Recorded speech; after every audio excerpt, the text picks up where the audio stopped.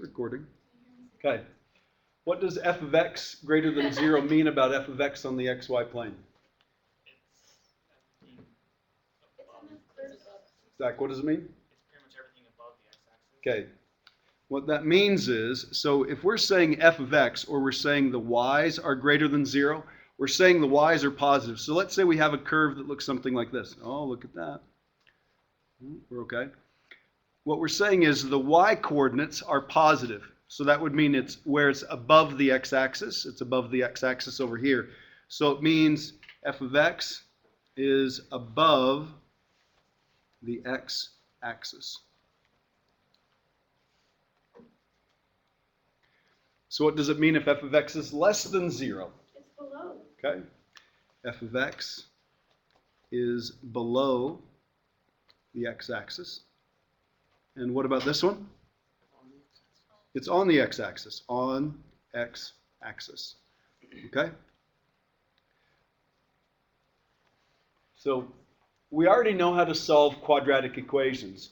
So this would be a relatively easy quadratic equation to solve because it's already set equal to 0. And why is that easy? Oh, it factors. It factors. It's easily factored. If it didn't factor, what would we try and do? Complete the square.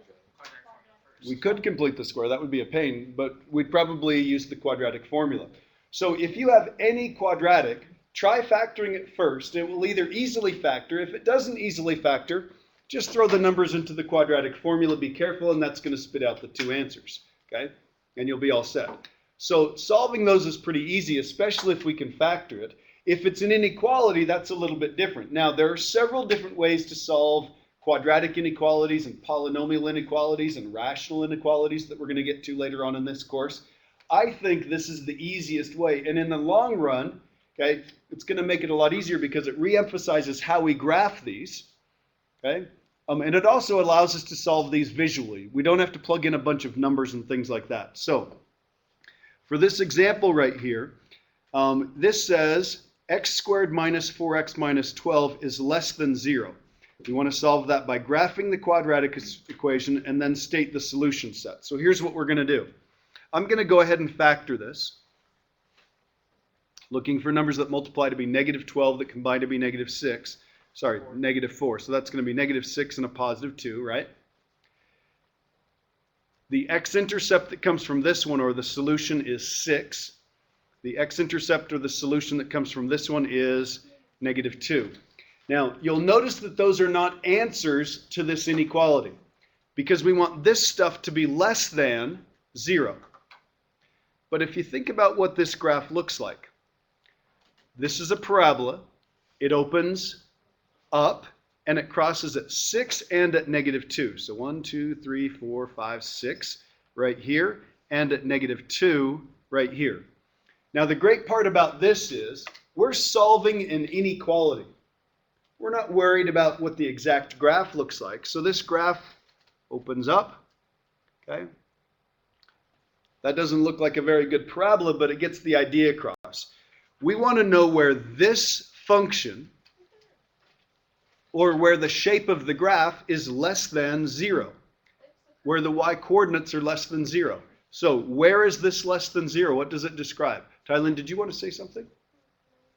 Are you sure? Because it sounded like you wanted to say something. Where are the answers here? On the curve. Well, the whole thing's a curve. On the bottom. The really curvy part, this right here. And why did you say on the bottom? Because it's below the x-axis.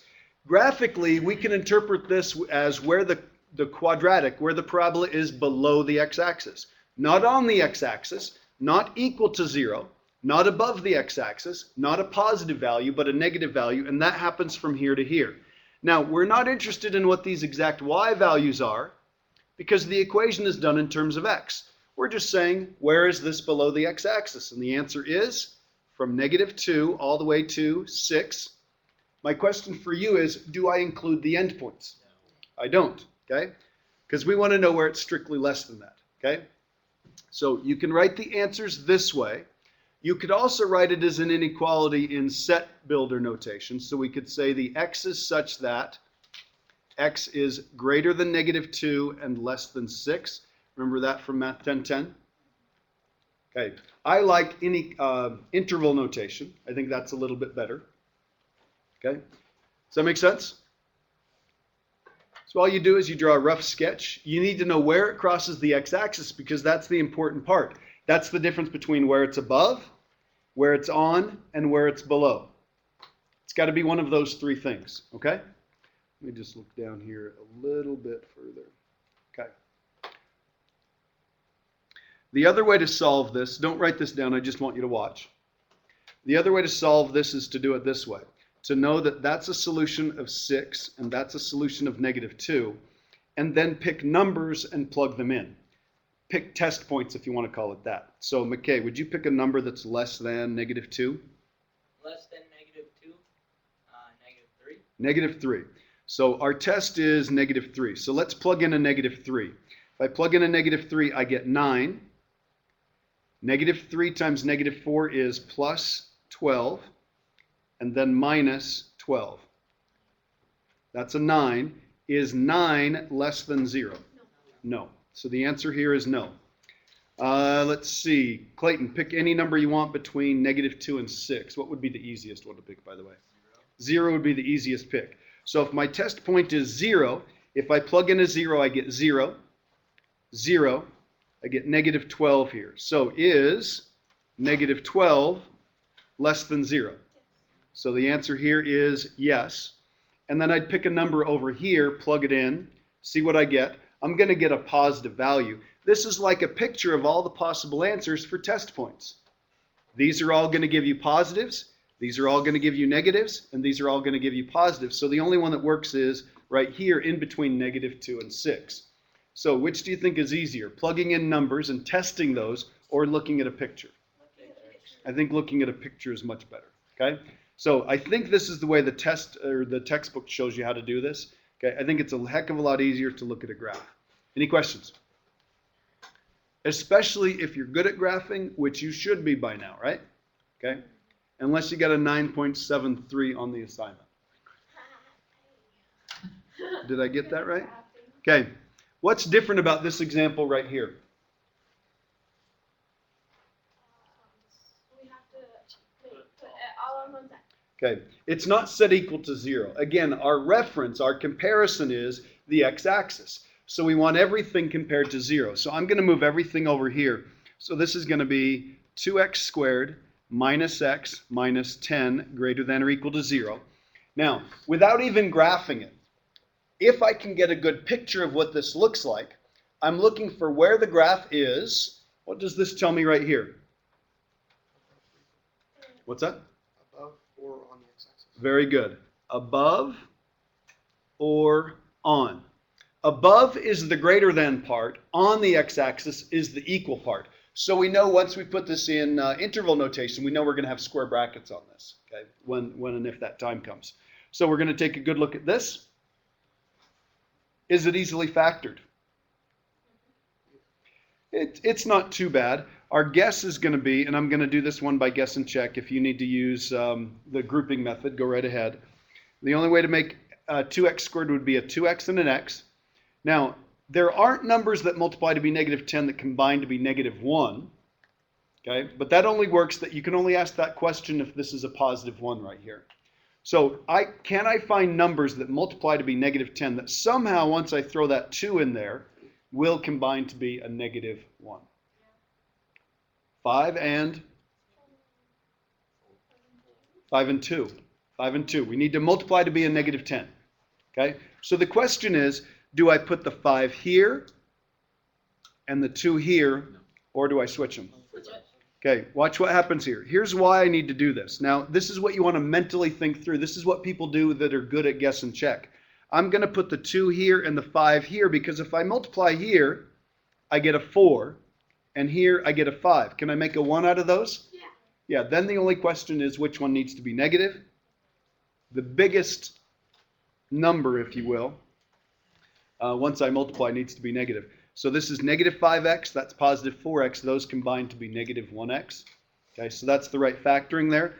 What's the solution that comes from this one? X equals -2, X equals +5 halves here. negative 2 here.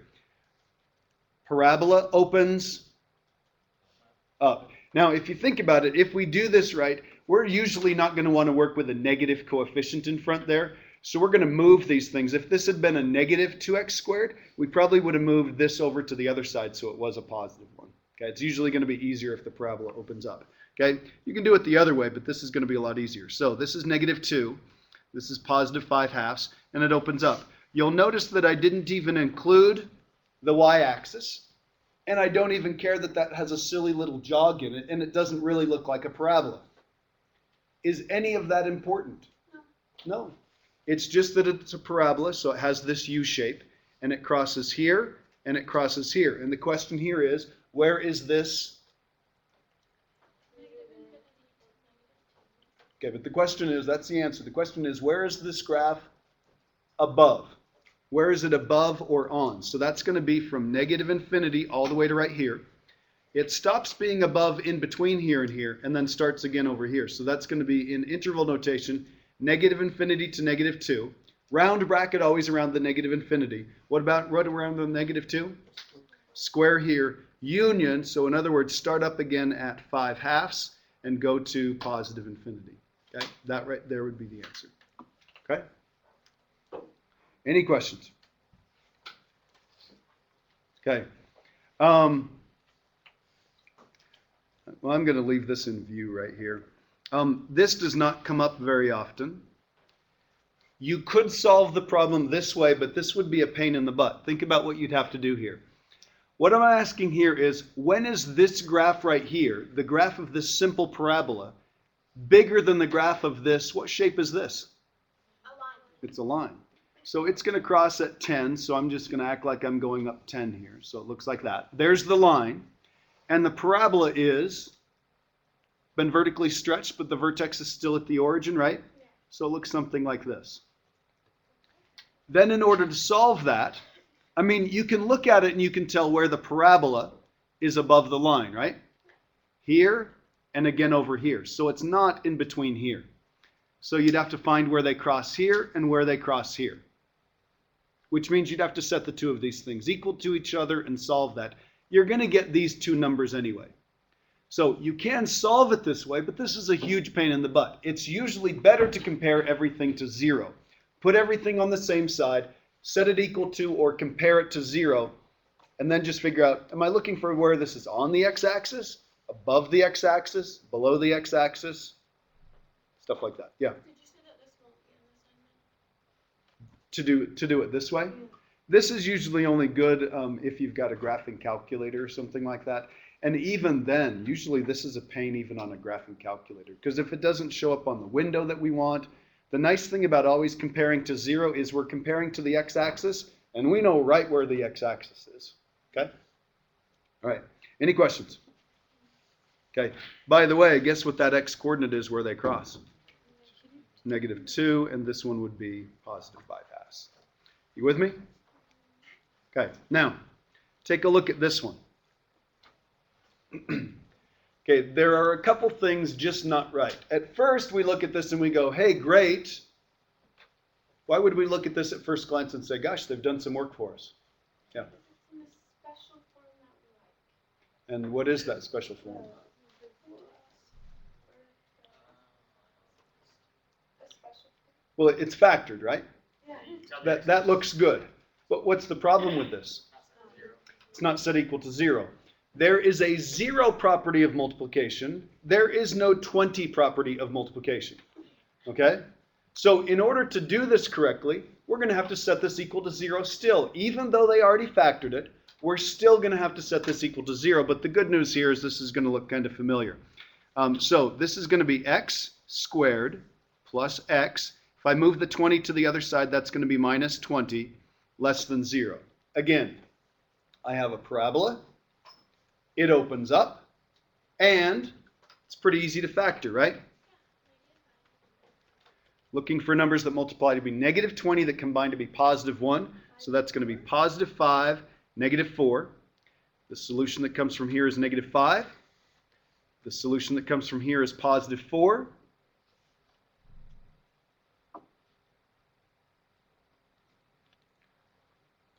Here's negative 5. Here's positive 4. You don't even have to bother making the graph look very good. It can kind of do this. Doesn't really matter. We know it crosses here and crosses there. I jiggled my hand when I was trying to graph the parabola. It didn't work out very well. Doesn't make any difference. Because what does this mean we want?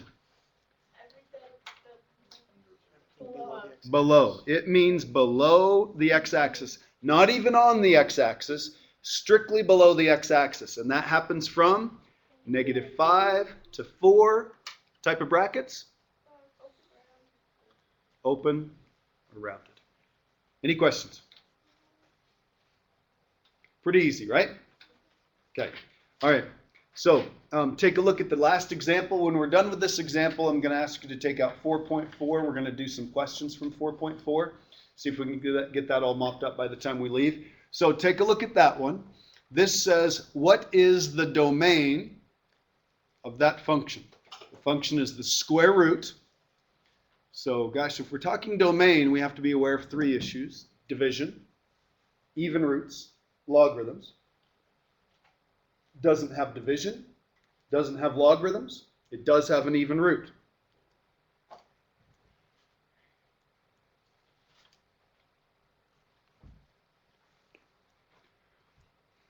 This stuff right here, the stuff that's underneath the radical, we call it a radicand.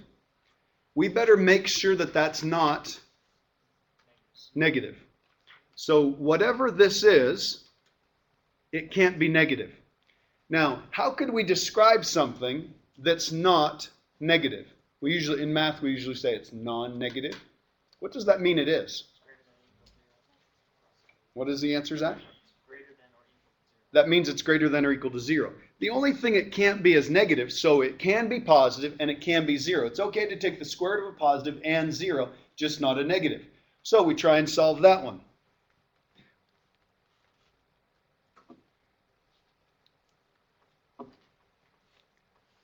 Zero,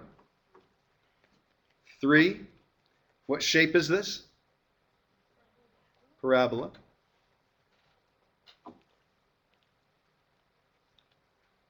Where is this? If we describe this graphically, we're talking about where is this above or on the x-axis, and that is from negative infinity all the way to 0. Union 3 to infinity. Now, did I make any mistakes? Yeah, because you can include the 0. You can include the 0, and you can include the 3. So this right here would be the answer. Are there any questions? Okay, stop and think for just a second. Okay, you don't have to write anything down. I just want you to think. Okay, if I plug numbers in, the first thing I do with it is I make a parabola out of it.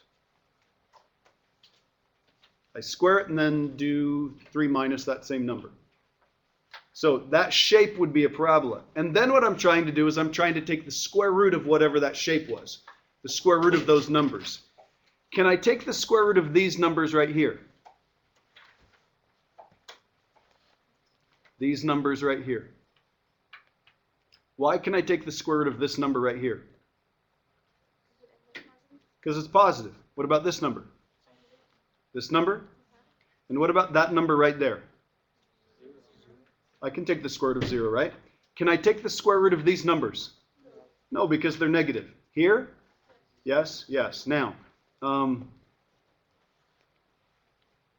we still recording? What do you know? It's working today. And only 34% of the CPU usage at this point. Let's hope this continues. Do you edit these so you can? What? Do you edit? Yeah, there's a Thailand mute button on this. Okay, good. I'm okay with that. Okay, so if I were to go here and I were to go to y equals, and I put in square root. Now, I don't have any idea what this looks like, but we should know where this has points. Let's see, the graph wasn't it x squared, right? And then minus 3x, correct? Now, I'm just going to graph this in the standard window, so negative 10 to 10. So I'm going to hit window, looks good, hit zoom, we'll hit 6. Okay, now that is not a parabola, and it's not a square root graph, is it? But if I hit trace, if I plug in a 0, it has a value. Now watch what happens if I go to the right. Where's the y? There is no y, right? Because it only works over here and over here. So if I keep going, where am I going to start getting answers again? 2.97, no answer. There we go. It shows back up again. And if I type in a 3, it knows there's an answer there. So it's going to exist over here and over here. And how did we know that? Because on that graph, we were kind of taking the square root of the values of the parabola. Okay? These were all positive. It's okay to take the square root. These were all positive. It's okay to take the square root. Those values in between there and there were negative. Does that make sense? Okay.